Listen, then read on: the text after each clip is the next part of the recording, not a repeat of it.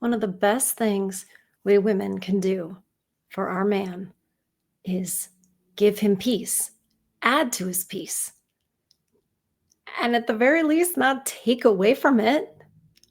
But that is somehow a lost art.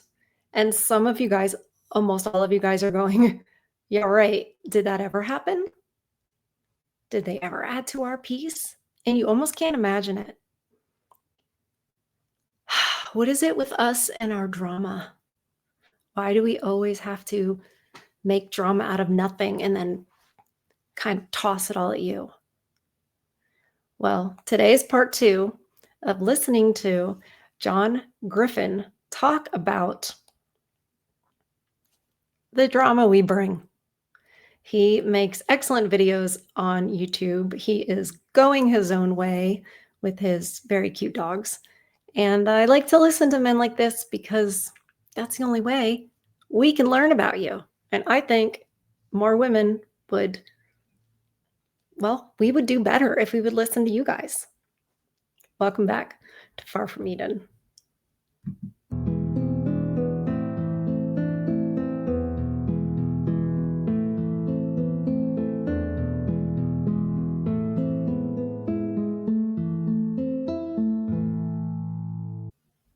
We are picking up right where we left off. It's very convicting because I'm never going to take it for granted that I'm red-pilled and that I've listened to you guys, because after being indoctrinated with feminism and just believing all those lies and believing that, men aren't as loving as you guys actually are, you have to rewire your brain about how you look at men as a woman. And again, I say over and over again that we need to listen to you guys. We need to listen to why you're done, why you don't want to approach us, why you're not interested in a relationship, and why you would not touch a marriage contract with a 10-foot pole. Now, I think that's a good idea after now what I've learned about family court and how it rewards whoever leaves, and we know who generally that is. So we need to stop the incentive, which, by the way, did you guys know that in the state of Kentucky, divorces are down 25% because now it's 50-50 custody? This has been since it's 50-50 custody automatically, unless for some reason something's proven that you can't, that you're not a good parent or whatever. So it's not automatically to the woman. And because of that, divorces are down 25%. Isn't that interesting? We'll have to cover that in another video, but I just wanted to say right now that that's going in the right direction. Do I think you should jump into a government marriage? No, it's got to get way better than what it is. Anyways, let's continue.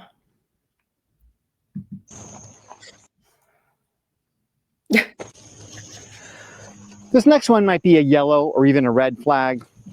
It's an evolutionary survival technique. So women, and we've talked about this a great deal, they're hypergamous, they're always looking for their best possible mate. And if they think that there is a better possible mate, given all the circumstances, they will select him. Now that doesn't mean they're gonna just leave you at the drop of a hat, but if they are experiencing some level of apathy from you, you're distracted for an extended period of time, you're not reacting, you're not responding, you're not giving the emotional feedback that they need, then they're going to believe that your relationship is in danger. That if we think you're not giving us enough attention. Here's my hypothesis about this. When you're first married and everything, the woman is getting a bunch of attention, and that's like, oh, we're first married and now there's all these new things and a new house or whatever. And it's like, it's got that new car smell, right? And then if you have a child, okay, now woohoo, right? But things start to settle down. As life does, things become monotonous. Is that right? Is that the word? Things become boring, right? And I mean, the man is working his job. It's like that for him too. And the woman starts to feel like she's not getting the attention that she was getting. This goes hand in hand with, as we get older, we're also not getting the, I don't know, the pretty privilege or the eyes and the, attention from other people. So there's something in us that gets hungry for that. And that's a bad thing. That is coveting. That is wanting something that you shouldn't want because you have your man already.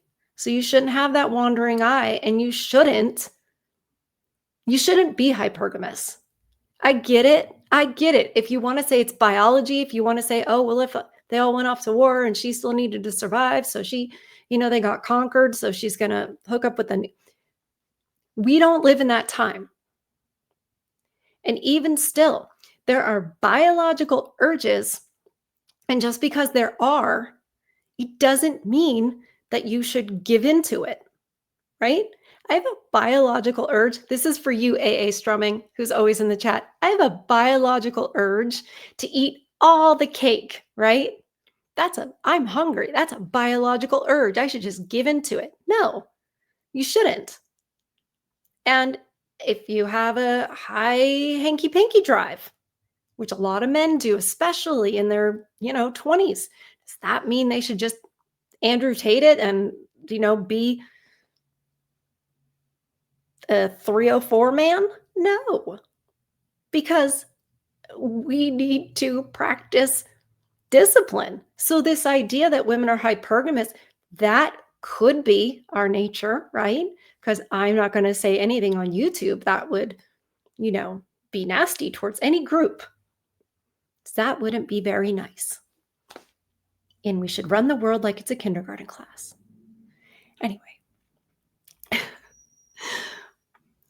if someone were to be hypergamous, that is something that they should realize is a vice or is a temptation. But in this world of anything goes, oh well. And the other thing is, not to bring in social media, but once again, when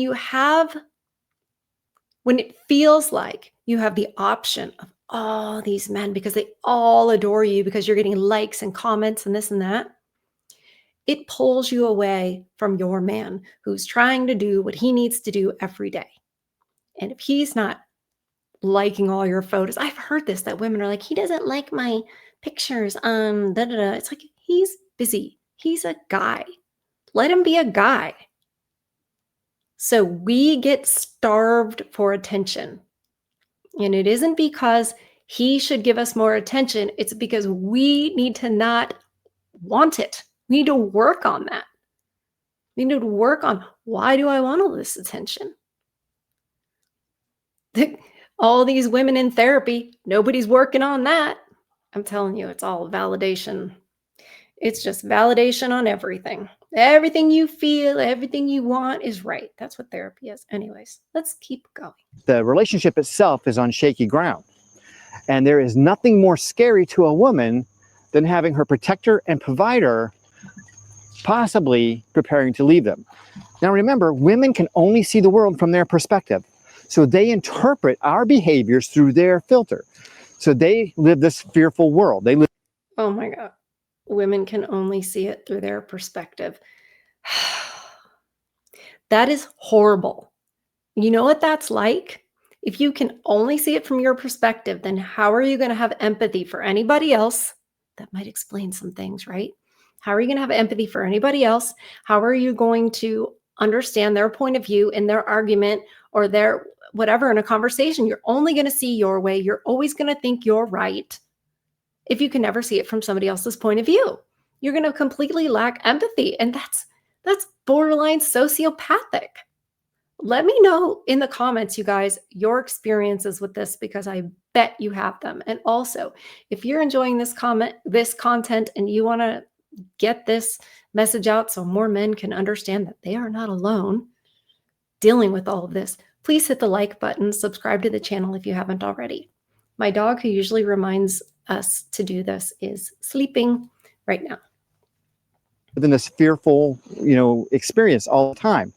So when they see us being withdrawn in some way, maybe we're caught up in a problem at work, maybe we've got some other kind of issue that we're distracted by for an extended period of time, like a few months, and we're not giving them the regular attention that they're used to getting, they may interpret that as the end of the marriage or the end of the relationship. And that will cause them to act out. That will cause them to see if they can elicit that emotional response from. Oh my God. I'm having flashbacks now.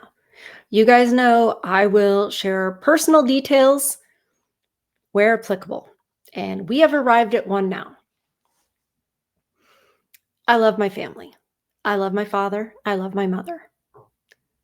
People are humans, and we've all done things. And I have come to this place of understanding with everything because I can look back and see the dynamic between my mother and father. So this is reminding me.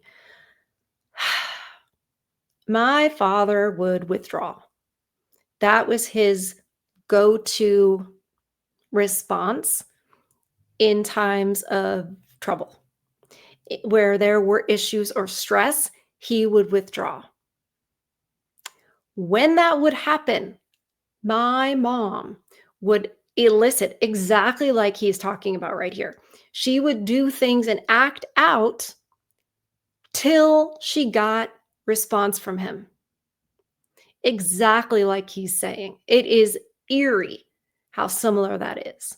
But that was the dynamic. And the worst part about it is when something really, really goes wrong, you will see this to the nth degree. And I'm just going to go ahead and share it. I have two younger brothers, and they both died in infancy, both in the late 70s, 1 year after the other year. Totally different congenital issues, right? Well, that's one of the hardest things a parent can go through, if not the hardest. And my parents went through it 2 years in a row after I was born. My dad withdrew. He withdrew emotionally. He withdraws to sort of deal with it inside. And he went to, he immersed himself in work. And I understand that because everybody grieves in a different way. And he was withdrawing to try to work on it and deal with the pain and then going into work because at least you know that and you can do that and you're somewhat distracted, right? I totally understand that. However, my mom felt abandoned. And that's where I'm going with this. A lot of the women, I think this is what he's saying, when the man withdraws or the woman sees him as apathetic, like he's not caring enough or, giving enough of a reaction, there is a sense of abandonment. And I hear myself say this and I'm just like, oh my God, I feel so bad for you guys. If we were more self-aware as women, and I know we have women in the chat, the last chat we had 3 women. We had Dawn, we had Michelle, and we had Samantha. Hi, so glad you're here. We will do better when we are actually self-aware and can think from other people's perspective. Because once you can do that, problem solved, right? If only we could get there. They're going to want to either get some kind of positive affirmation from you, or they may also be looking for that rationale to leave, that experience where hey, you're out of the picture now. Obviously, we're going to have this big fight. It's going to be a contrived fight. And the only purpose in this fight is for me to give myself a rational excuse or a reasonable excuse. I shouldn't say rational. That's not what we're talking about here. A reasonable excuse, something that I can point to that says that was the straw that broke the camel's back. I'm not sure. I think he's kind of right. I think it's more like a test. I think women do it as a test so they can then confirm the decision they've already kind of made. Maybe that's what he's saying, but I'm translating it into how my woman brain thinks of it. And you guys have said that's helpful. So that's what I do. And she's out. Yeah. So you got to watch for that one. It's a test to confirm. That's beautiful. Another one is that women tend to be emotional magnifiers. So what they will do is they will magnify whatever emotion you give them and reflect it back to you. So when they come at you with some level of, say, irritation, or better yet, let's say you just had a bad day at work. You're coming home and you're just a little irritated yourself. Well, she's going to not only give you back irritation, but she's going to up the ante a little bit and give you back maybe some aggravation. So now you've gone from a little bit of irritation to now you got aggravation coming back. Ladies, here is a very important point of where we steal their peace. Now, a lot of people are going to think I'm insane for saying this, but when he comes home from work and he brings in whatever he brings in, you know, his stress, his own irritation, maybe he was in traffic, whatever it is, right? When he comes home, we're good at reading people, ladies. We have this female intuition and a sense about people. And the reason we have it is for this. So what you're supposed to do is when he gets home, stay back a little bit, read the situation, smile. It depends on the man, but if it's, you know, you can say, "Hi, honey, glad you're home." And if he seems like he might want to respond, you say, "How's your day?" Or if you can tell his day was bad, maybe don't say that. Maybe say, maybe say what's for dinner. Depends on what you're reading with him. You should, as a woman, you should know your man inside and out. So you can read him when he gets home and understand what it is he needs from you right then. And it might be silence, but still smile.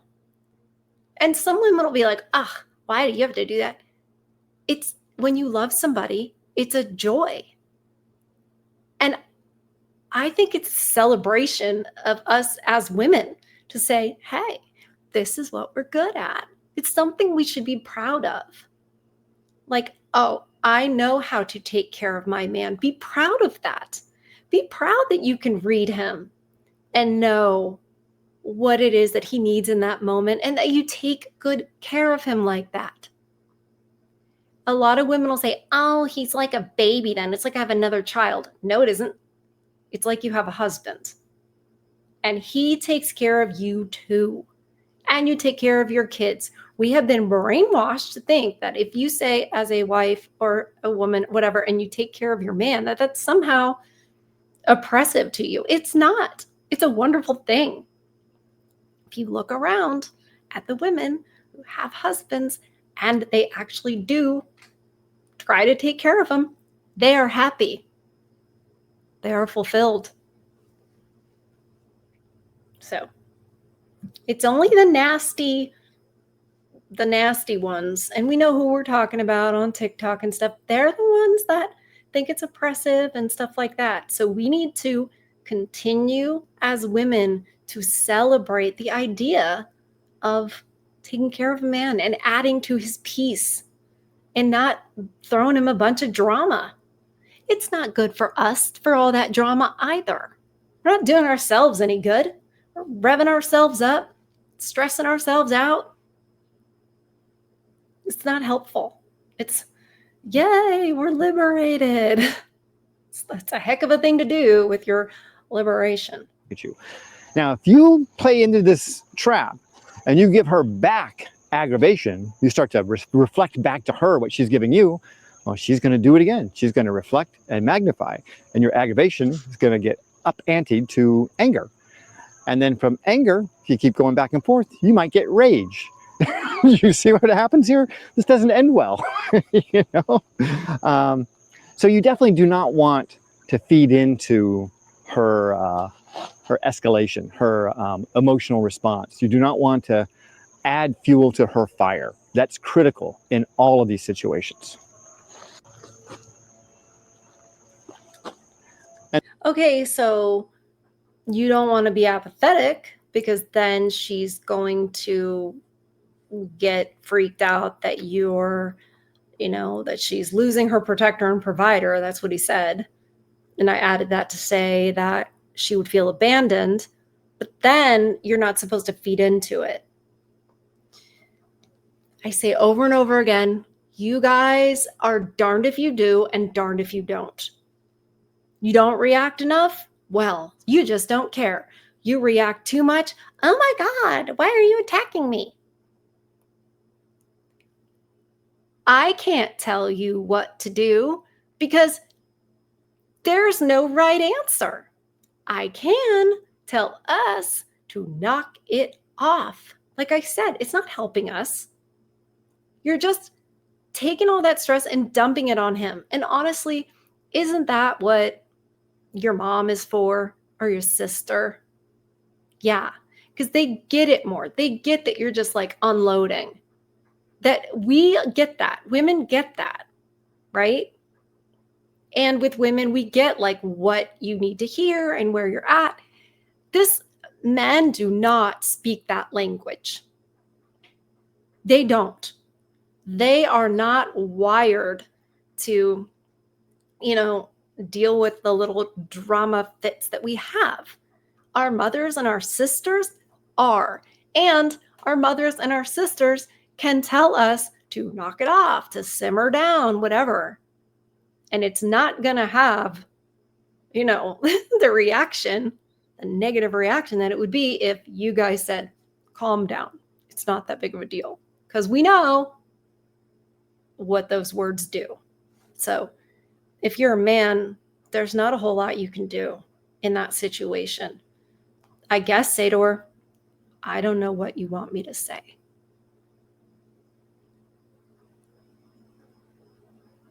I mean, what else? What else can you do? There's nothing. And then finally, this is the big drama queen one. It's manufactured indignation. This is where she is going to just insert drama where drama doesn't belong, where there is no need for drama. She's going to insert it. She's going to create an issue out of something trivial, and it's going to become an argument. That's her intention. You cannot allow this to happen. You need to identify it for what it is. Women thrive on connection through emotional interactions. Right. That's why it's for moms and sisters. And the reason I say moms and sisters and not a best friend is that it depends on the best friend. If your best friend just got divorced and then you're having a freak out, it might be difficult. And you don't want to talk about your marriage or your husband or your man. If you're in a relationship, you don't want to bring anything negative about him, into a friendship outside of the marriage. You don't want to do that.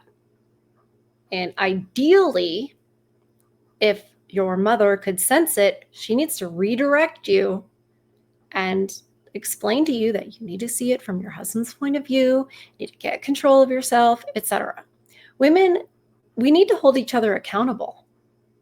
We don't do that anymore. We used to do that. Bring back shame. Oh, this is such a good one, what he's saying. Like just inventing a problem because we need it. We need one. We need the adrenaline rush of it or something. And if she's not getting an emotional interaction from you on a regular basis to a certain extent, she's going to try to elicit it from you. And she's going to do it through these crazy methods. And it's to get attention. It's to get attention. Create an issue. And we don't know we're doing it, by the way. This is where I come in to explain from a woman brain. We don't know we do this. By the way, confession time. I remember when I was a teenager, I was probably between 14 and 17 somewhere. I realized when time was going along and there hadn't been anything to, be upset about or freak out about or whatever, I would find something just in life. And I noticed that about myself. And I was like, why do I do that? Like, this isn't a big deal. After the fact, I'm like, this isn't a big deal. Why am I doing this? Why do I get to the point where it's almost like I need there to be a problem? And I still don't know why, but I realized it then. And I've never forgotten that. And so when you're going through life, and you have to remember, we have hormones. I am sure those play a part. It doesn't give us the right to do whatever we want, say whatever we want, and treat people however we want. We need to be aware of what we're doing and accountable for it. So I noticed that. So now in my life, decades later, I can say, am I doing that thing again? And I have a very good friend that does hold me accountable, and I hold her accountable. And we don't talk relationships because it's negative. So it's just about holding each other accountable and talking about stress and why we might panic about something. And that's where it's supposed to be. She is like a sister to me. So that's what we need as far as women. But I get it. It's hard because it's hard to find other women that understand this and are self-aware. The longer I go being red-pilled, the more I'm like, wow, it makes sense why. And I haven't really ever had a bunch of female friends or a bunch of any friends. And I'm like, this is the disconnect. Totally the disconnect. The drama queen thing, the manufactured indignation, that's a big one. Yeah. So like you're sitting there watching a football game, and next thing you know, you are so lazy. There's so much thing around here that needs to get done, and I'm doing it all, and just like out of nowhere, she's just blowing up. What makes her think she can just come in and be like, you are so lazy? Imagine that the other way around. That would be abusive.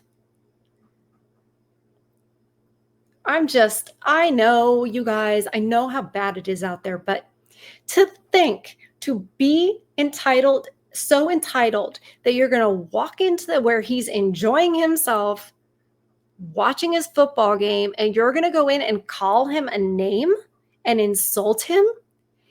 Look, even if he is lazy, let's just pretend, right? Even if he is, you don't walk in there and say it. You don't. It's not our job. Women are always complaining like, oh, it's like I have another child. Well, maybe that's because that's how you treat him.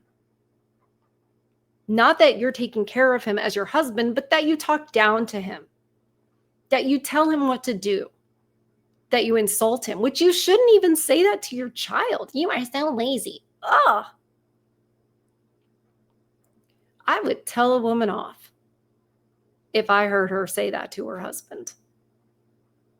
Like, who do you think you are that you can just say that to another human, let alone a person that you are supposed to love?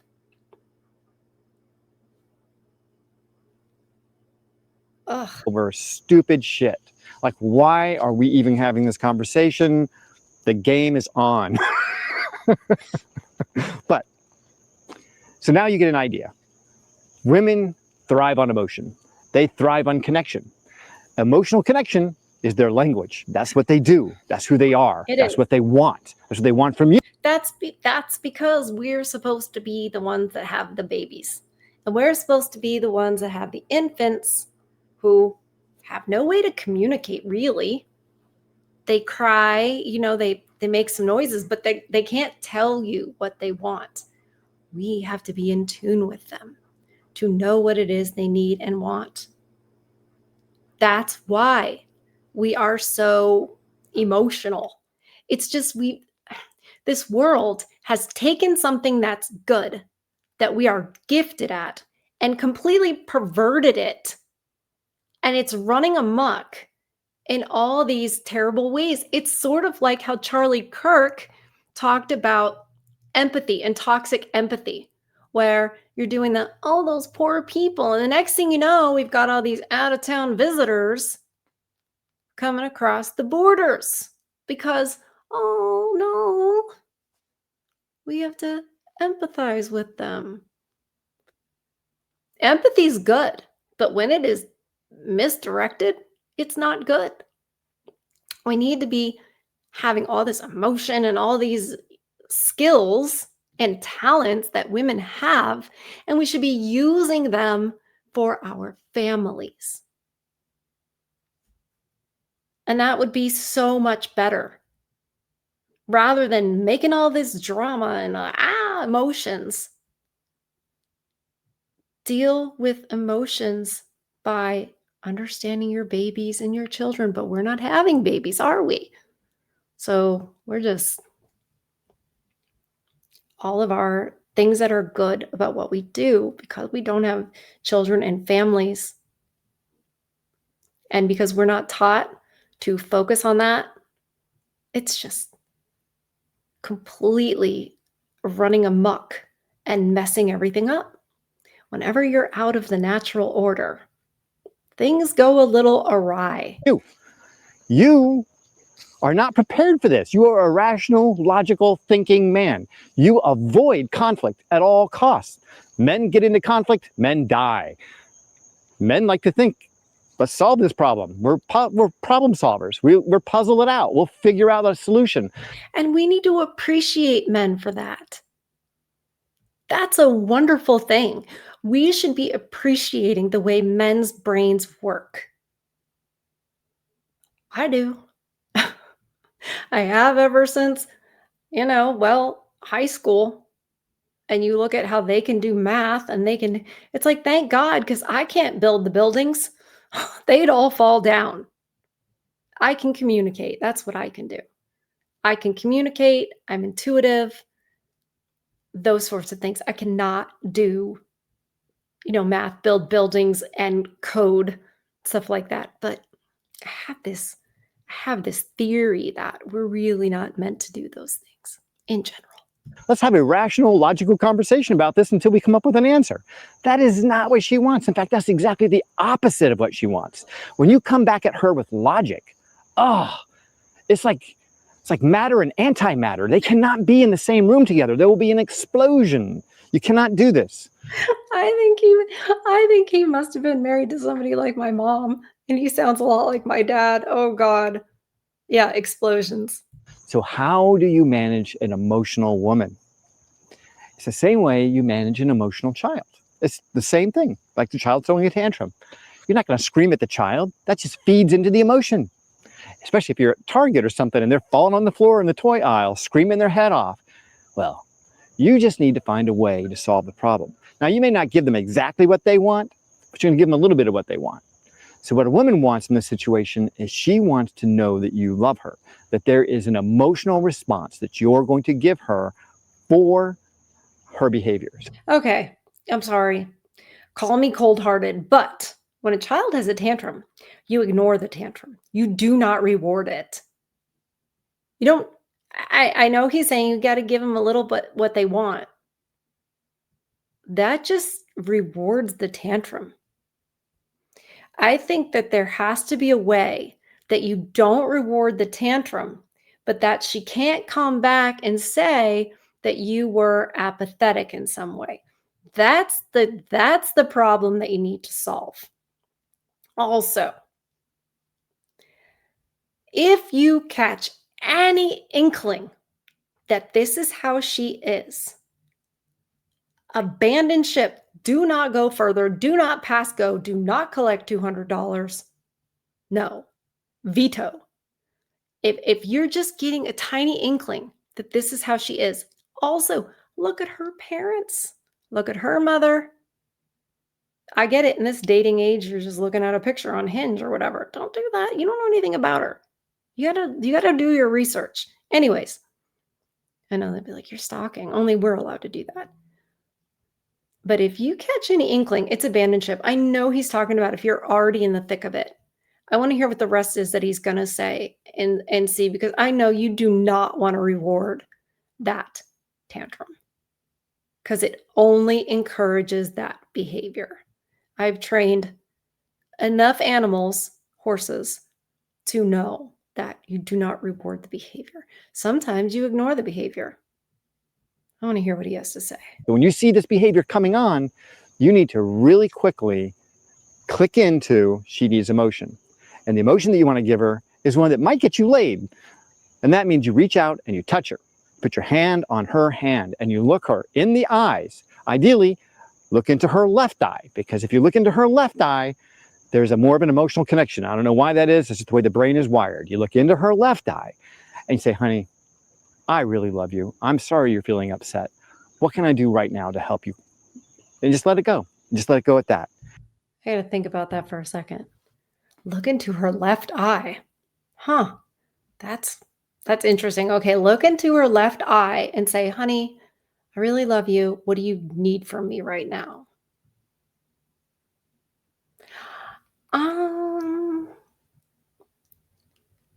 I like it a little simpler. If it's too late to veto the situation, I like something a little less rewarding and a little more something like, what can I do? Can I do anything?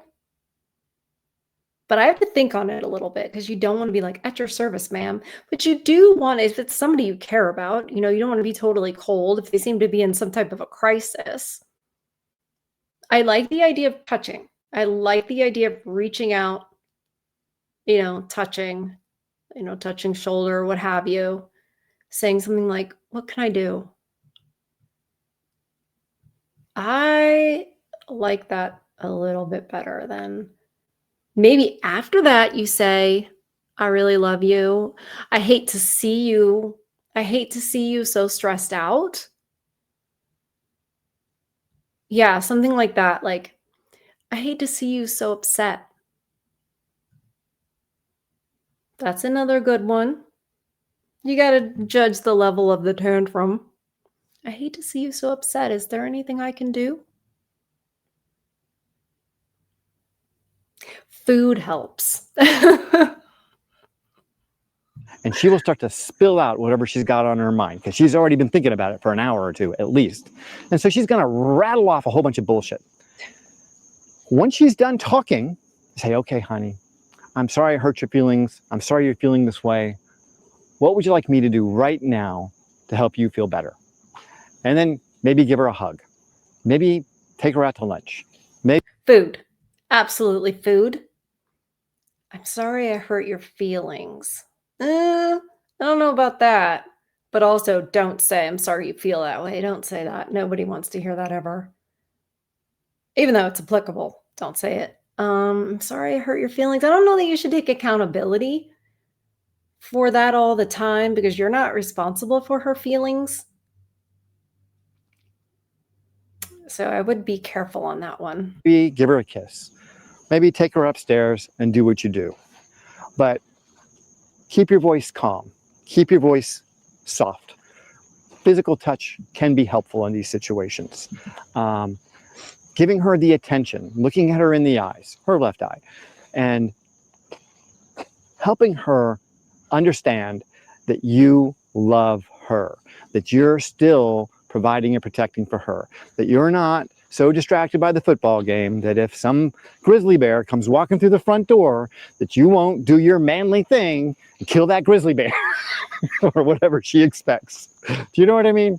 That's what she wants. She wants to know that you love her enough to take a moment to reassure her. And if you do that, everything else will go back to normal. And you will get rid of arguments altogether. You know what I mean? It'll just start to die off because she will recognize that you love her. And you will recognize that her arguments, her fights, her emotional outbursts are not about the thing that she's having the outburst. It's about her underlying fear that you don't love her anymore. And if you can have the clarity of mind at that key moment when these things pop up, you can unwind these arguments and they can never occur. It will save you so much pain and anguish in your life. He says as he walks away. This is for men who are stuck in the thick of it, and I get it. This is how to just get along and sort of how to survive in the trenches, it sounds like. But this is why men are walking away. This is why this man is in the woods with his amazing, adorable dogs. Because this is a living HE double hockey sticks. Men want peace. And we have to take responsibility when we steal that peace and when we don't add to it. Aren't there things that we as women want in a relationship? Of course. Then we need to realize that the men want something too. Are there things we don't want in a relationship? Of course. Then we need to realize there are things that men don't want in a relationship. When we only think about ourselves and we make it all about us, that's when we have all this drama. That's when we need all this attention. We need to look inward as women and go, what is it that I need all this attention? Why do I need all this confirmation? Because it's not his job to constantly like make you feel okay. We have to take accountability for that. We have to say, all right, why is it I need this constant affirmation? What is lacking in me? And it isn't what he's not doing.